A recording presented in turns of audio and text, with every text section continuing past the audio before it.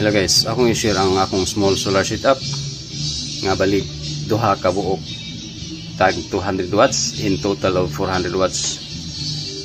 So kini siya switch para sa inverter nga ma-on and off nako. Kini ATS, automatic transfer switch, main circuit breaker, DC meter monitor, and AC meter monitor, ug kanisad ang solar charge controller nako. Ang gipakita sa solar charge controller kay 7.4 amps ang charging. 7.4 amps ang na-produce sa solar karon sa oras nga mga alas 8:30, alas 8:30 sa buntag. Nag-increase na 7.5 sa solar charge controller.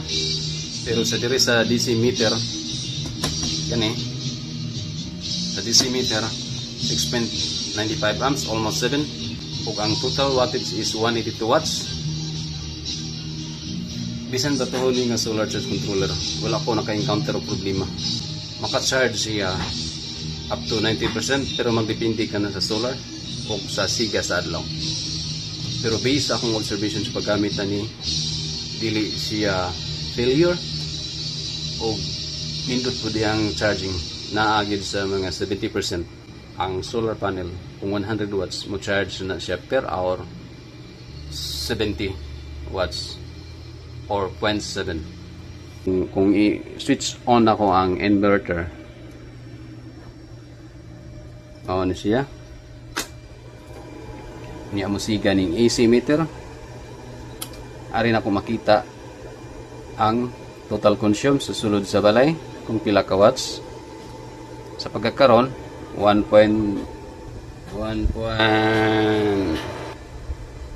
watts kung akong gamito ng inverter kaya naka-manual man siyang ATS.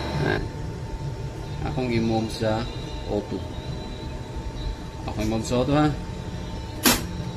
So ang total consume sulod sa balay 138 watts.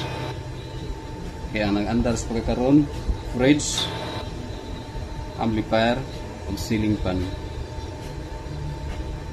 So guys, kung na may mga pangutana kabahin ini sa akong solar setup, comment lang sa section box. Comment sa section box. O doon na may mga kung nakauyon mo sa akong video, kindly please follow my Facebook page and YouTube channel with the same name. And thank you for watching. See you to my next video.